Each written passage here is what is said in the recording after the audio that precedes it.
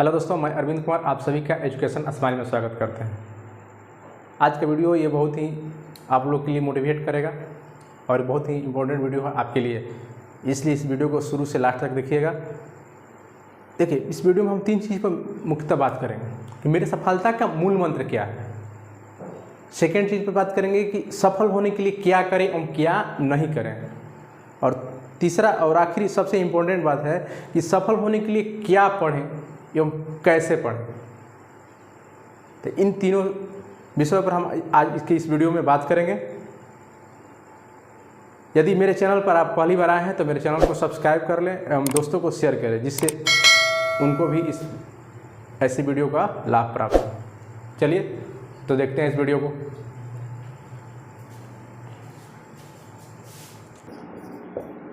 मेरे सफलता का मूल मंत्र।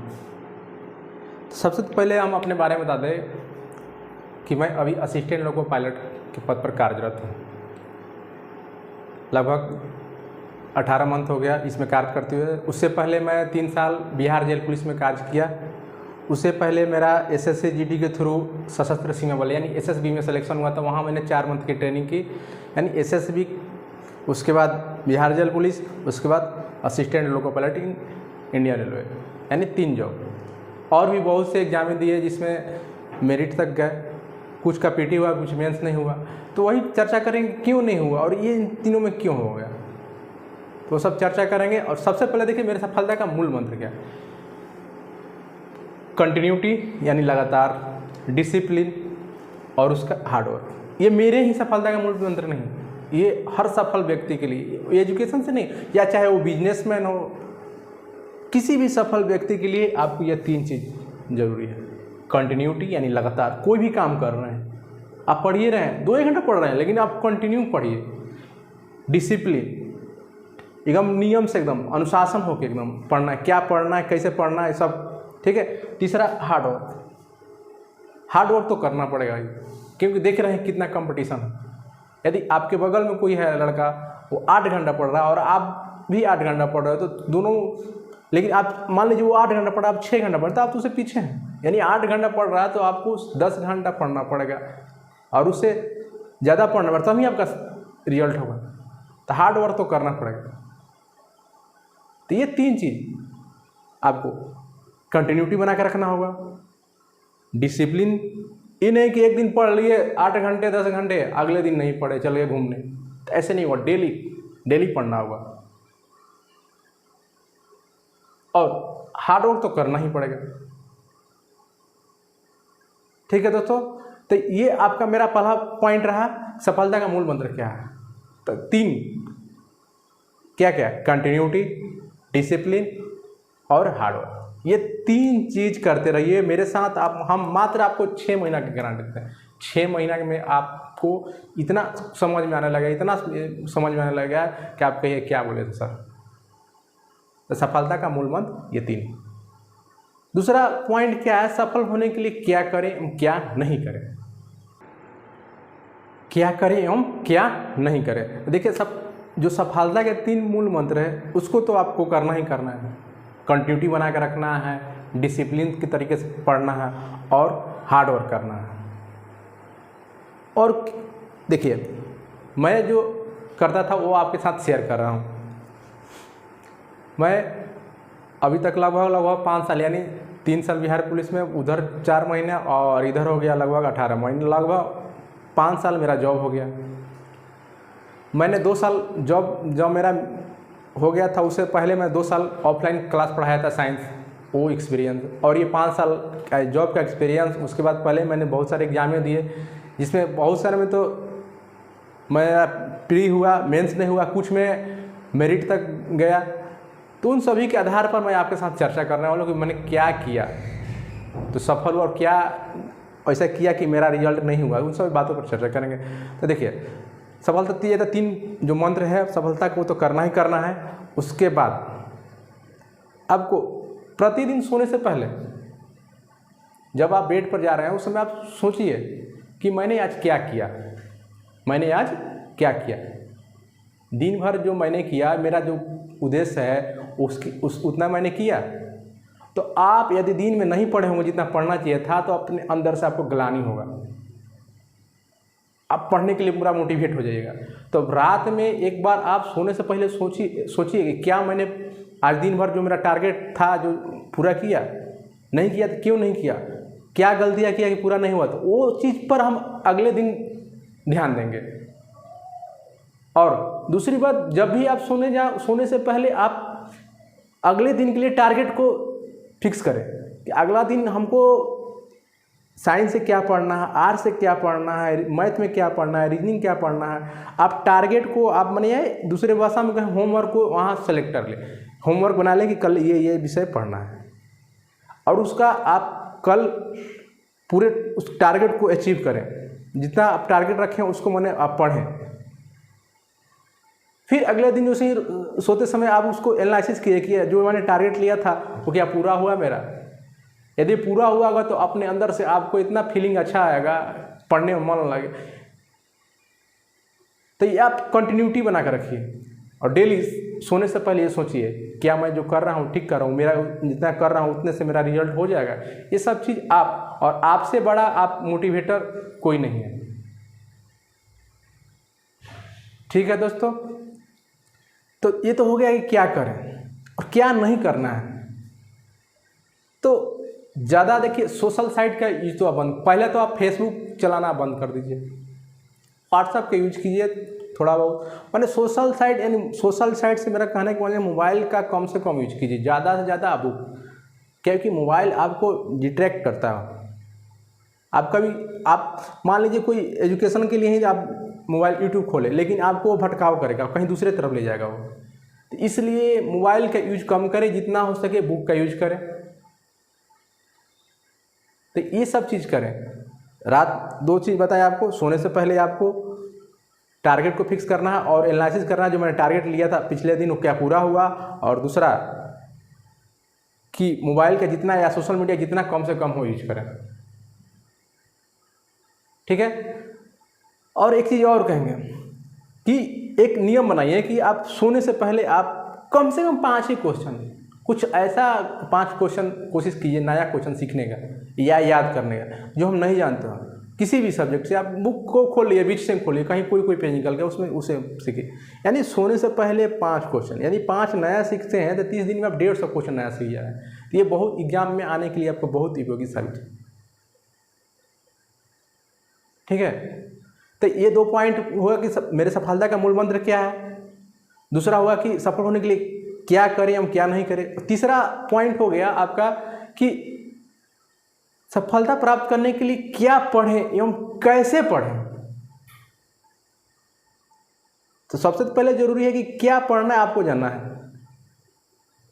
ठीक है। तो आइए देखते हैं हम क्या क्या पढ़ना है। देखिए यही पढ़ना है, इसको जनरल अवेयरनेस बोलिए चाहे जनरल स्टडी, हिंदी में समान अध्ययन पढ़िए। देखिए इसमें क्या क्या पढ़ना है। पहले तो हिस्ट्री पढ़ना है, ज्योग्राफी हो गया, पॉलिटी हो गया, इकोनॉमिक्स एवं करेंट अफेयर। यानी जनरल अवेयरनेस में आपको इतने सब्जेक्ट पढ़ना है। दूसरा चर्चा करते हैं जनरल साइंस, सामान्य विज्ञान। विज्ञान में देखिए क्या पढ़ना है, फिजिक्स पढ़ना है, केमिस्ट्री पढ़ना है और बायोलॉजी पढ़ना है।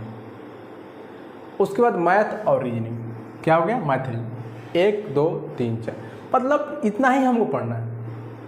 कितना कम है ना, लगता है कितना, कुछ नहीं है। ये आपको जितना सिलेबस आप मात्र 6 महीना आप 6 से 8 घंटा प्रैक्टिस कीजिए, पढ़िए, आपको इतना अच्छे से तैयारी हो जाएगा कि कोई भी एग्जाम आपके लिए एकदम ईजी लगने लगेगा। अब सुने ही होंगे कि जब किसी लड़का का एग्जाम निकलने लगता है तो उसका लगता है रिजल्ट मिलने लगता है। क्यों? क्योंकि वो 6 महीना 8 महीना जितना महीना भी तैयारी किया, हम कंटिन्यूटी बना के तैयारी किया, तो उसको तैयारी पूरा हो जाने के बाद आपको कोई भी एग्जाम का इजी लगने लगेगा। तो इतना ही सिलेबस है। ऐसे आपको हिस्ट्री पढ़ना ही पढ़ना, आप उसको हवा बना लीजिएगा इतना पढ़ना कैसे होगा, बहुत कम सिलेबस है। देखिए इसमें क्या है कि देखिए जनरल साइंस जो इसका सिलेबस फिजिक्स का लिमिटेशन है कि इतना ही पढ़ना है। उसी पर केमिस्ट्री का भी लिमिटेशन है कि ये चैप्टर पढ़ना है, एटॉमिक चैप्टर पढ़ना है, केमिकल रिएक्शन पढ़ना है, मतलब जो भी चैप्टर है पढ़ना। बायोलॉजी में उस तरह से, मैथ में भी आपका सिलेबस फिक्स है, रीजनिंग में भी सिलेबस। इसका थोड़ा सा सिलेबस क्या है, लंबा चौड़ा है, और यही लड़के अजुरा जाते हैं। इस पे भी ध्यान देना, इस पे भी ध्यान देना, इस पे भी ध्यान देना। सबसे ज़्यादा आपका जो भी नंबर उठता है यहाँ से, जनरल साइंस ले, मैथ, रीजनिंग, क्योंकि यहाँ से जो भी क्वेश्चन आते हैं, आप यदि क्वेश्चन को बनाते हैं तो वहाँ कटने की संभावना नहीं रहती है, मार्क्स कटने की संभावना रहती है। मैथ में जो भी बनाया सही बनाएगा, रीजनिंग में जो भी बनाएगा सही बनाएगा, जनरल साइंस में जो भी रहता है एक प्रकार का, फिजिक्स जो देख रहे हैं आप एक प्रकार का मैथ ही, तो वहाँ भी आपको कंसेप्ट पर आधारित रहेगा, सही बनता है। यहाँ थोड़ा सा आपको कंफ्यूजन होता है और गलती होने की संभावना होता है, और गलती होता भी है। तो इसलिए नंबर जो भी आपको उठाना है यही 3 से उठता है, जनरल साइंस, मैथ और रीजनिंग। इस पे ज़्यादा ध्यान देना, और ये तीनों सब्जेक्ट आपको सेल्फ से नहीं पढ़ सकते, इसके लिए आप पढ़ना पड़ेगा, कोई अच्छा टीचर चाहे जहाँ से ही पढ़े मैंने आपको, और मैथ, रीजनिंग, ये तीनों आपको टीच। और ये क्या हो गया जनरल अवेयरनेस, आप इसको सिलेबस इसका इसका ये भी बताएंगे कैसे पढ़ना है। इसके लिए आपको ग्रुप डिस्कशन जीडी करना होगा। क्या होगा, 2-3 दोस्त हैं मिलकर सेल्फ स्टडी कीजिए। उसको देखिए, पढ़ने का भी तरीका क्या है, कोई लोग तो रात भर पढ़ता है, किसी का सुबह पढ़ने का था। देखिए मेरा तो मानना अच्छा है कि सुबह वाला ही अच्छा होता है। आप 10, साढ़े 10, 11 बजे तक लास्ट सो जाइए, सुबह में 4 बजे, 4:30, 5 जितना बजे आपकी जगने की क्षमता हो जगिए। जगना तो पड़ेगा भाई, मेहनत तो करना पड़ेगा, हार्डवर्क, कंपटीशन इतना हार्ड है। तो सुबह में जाके आप जगने के बाद 1 घंटा, अब दिन में चाहे शाम को आप 2 घंटा 3 घंटा पढ़िए, आप सुबह में जगने के बाद थोड़ा सा वर्कआउट करने के बाद हल्का सा उसको 1 घंटा पढ़िएगा, वो 3 घंटा के बराबर होगा। और जो भी पढ़िए याद करने वाला चीज़ आपको बहुत याद होगा। और जैसे आप बोल के पढ़ लिए, सुबह में बोल के पढ़िए, याद जो करिएगा, इसको बोल रहे हैं, ये जो चैप्टर याद कीजिए, बोल के याद कीजिए। उसके बाद पढ़ लिए आप, फिर आप जो भी आपको सुबह काम करना है, नित्य क्रियाक्रम करना है करिए। और जैसे ब्रश करना है, ब्रश करते वक्त आप जैसे मान लीजिए हिस्ट्री में आप मुगल वंश पढ़ें, तो मुगल वंश में क्या पढ़ें हम, बाबर के बारे में, बाबर कौन सा युद्ध लड़ा, कब लड़ा, किसको हराया, उसके बाद बाबर के बाद कौन आया, मुगल वंश का अंतिम शासक। तो अपने माइंड में क्या कीजिए, इसको रिविजन कीजिए माइंड में। कब, जब आप कोई काम कर रहे थे रिविजन करते रहिए, तो उसमें कुछ क्या होगा आपको याद है, कैसे फिर आएगा कि बाबर जो दूसरा युद्ध लड़ा था वो किसके साथ लड़ा था, याद नहीं आ रहा है, जो दिमाग में जोड़ डालिएगा। फिर भी नहीं याद आया तो उसको क्या कीजिए, जब अगले बार पढ़ने जाइए तो उसको देख लीजिए कि ये मेरे को याद नहीं आ रहा था। तो उससे क्या होगा, आपको वो इतना याद हो जाएगा, भूल नहीं पाइए। तो पढ़ने का यही तरीका, याद कीजिए और उसको रिवीजन कीजिए, माइंड में रिवीजन कीजिए। यदि आप रट लिए, पढ़ लिए, उसको रिवीजन नहीं किया तो कोई फायदा नहीं, भूल जाइएगा। तो सबसे मेन है आप पढ़िए। यदि 1 घंटा भी याद किए तो उसको 15 से 20 मिनट लगेगा आपको माइंड में दोबारा रिवीजन करने पर। आप 1 घंटा 2 घंटा बाद कोई काम कर रहे हैं, मार्केट जा रहे हैं, खेलिए रहे हैं, कोई टाइम मिल तो उसका क्या माइंड देगा। आज हमने पढ़ा था सल्तनत काल, मान लीजिए पढ़ा था, तो सल्तनत काल में कौन सा वंश पहले आया, कौन किसके बाद कौन सा वंश, कौन कितने वर्ष में शासन किया। तो ये सब चीज़ आप उसको रिपीटिशन कीजिए इसके लिए, ठीक है। दूसरे इसमें डिस्कस करेंगे आपका करेंट अफेयर। करेंट अफेयर आप मंथली याद कीजिए, चाहे डेली का भी बहुत से यूट्यूब पर बहुत सारे चैनल हैं, आप उसको सब्सक्राइब कर लीजिए। उसके बाद ज़्यादा दिन उसको देख और नोट डाउन कीजिए जो आप उसमें इंपॉर्टेंट लगता है, ठीक है। तो ये आपका हो गया हिस्ट्री में थोड़ा सा सिलेबस इसका लंबा। दूसरा हो गया आपको ज्योग्राफी। देखिए इसका भी ज्योग्राफी का भी सिलेबस ज़्यादा नहीं है, इसका आपको पढ़ने में बहुत मजा आएगा। ज्योग्राफी मतलब कि इंडियन ज्योग्राफी हो गया, वर्ल्ड ज्योग्राफी, इंडिया में कौन चीज़ कहाँ है, जगह के बारे में आपको जानिएगा, तो आपको अच्छा लगेगा। उसके बाद वर्ल्ड के बारे में भी बहुत सी चीज़, झरना, नदी के बारे में, पॉलिटी में आपको आप संविधान, अपने संविधान के बारे में, आपका क्या अधिकार है, मौलिक कर्तव्य क्या, राष्ट्रपति कैसे बनते हैं, मुख्यमंत्री कैसे बनते हैं, मुखिया क्या कार्य होता है, सब कुछ आप इतना इंटरेस्टिंग हो। इकोनॉमिक्स, ये थोड़ा सा हम लोग नया पढ़ते हैं क्योंकि ये भी सब्जेक्ट बहुत अच्छे है, लेकिन हम नया पढ़ते हैं इसलिए हमको थोड़ा सा अजीब लगता है, हार्ड लगता है। इसको इसमें भी कुछ वैसे पॉइंट है, उसको याद कर लिए, इसमें इंटरेस्ट आने लगेगा। करंट अफेयर बताइए दिए आपको। उसके बाद आपके साइंस। तो देखिए दोस्तों, मेरा बताने का उद्देश्य है कि मैं आप लोगों को साइंस टोटल फिजिक्स, केमिस्ट्री और बायोलॉजी तीनों का हम एक दिन बीच करके एक वीडियो आएगा।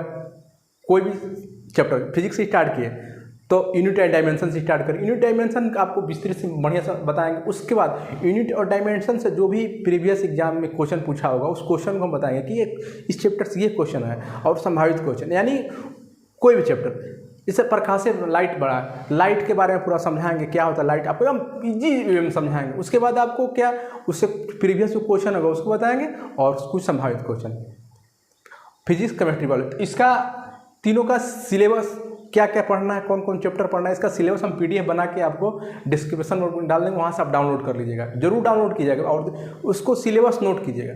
हाँ, एक ये और इम्पोर्टेंट है कि सबसे ज़रूरी होता है आपको कोई भी सब्जेक्ट, कोई भी एग्जाम है, मान लीजिए कोई एग्जाम में दे रहे हैं, मान लीजिए बिहार ऐसे जब फिलहाल होना होता है, अब उसमें क्या क्या सिलेबस उसका, उसी प्रकार जब हम पढ़ते हैं तो इसमें क्या हिस्ट्री है, हिस्ट्री में कौन कौन सा चैप्टर है, तो जब तक से आपको उसका पूरा याद नहीं रहेगा चैप्टर क्या, तो अब मान लीजिए कोई क्वेश्चन आया, जैसे पूछ दिया कि सल्तनत काल जो है कब से कब तक रहा, तो सल्तनत काल में आपको माइंड में आ जाएगा कि ये क्वेश्चन कहाँ का है, आर्ट्स का, आर्ट्स में कौन सा सब्जेक्ट है, हिस्ट्री का, हिस्ट्री में कौन सा सल्तनत, तो वो माइंड आपका रिकॉल करता जाता है ये ऐसे ऐसे करके।